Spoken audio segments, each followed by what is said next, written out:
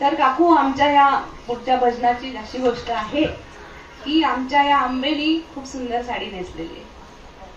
आता आपण इतके दिवसात बघतो आहोत की आपण वेगवेगळे लाल, पिवळे, हिरवे, निळे सगळे कलर घातले, पण आमच्या आंबेनी ही जी साडी नेसली आहे, ताईंच्या यमाईने ही जी साडी नेसली आहे, ही पैठणी नेसली आहे आणि सोबत तिच्या अलंकारांचं वर्णन या भजनामध्ये आम्ही करणार आहोत.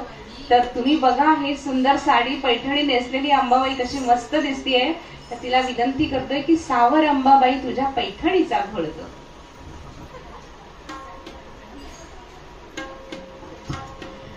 पैठणी नेसलेली असली ती देवीने की एकदम क्या चार छान लगते फिर साड़ी में, है ना. वैशाली ताई, या तुमच्या यमाईने पैठणी नेसलेले ऐकवतं.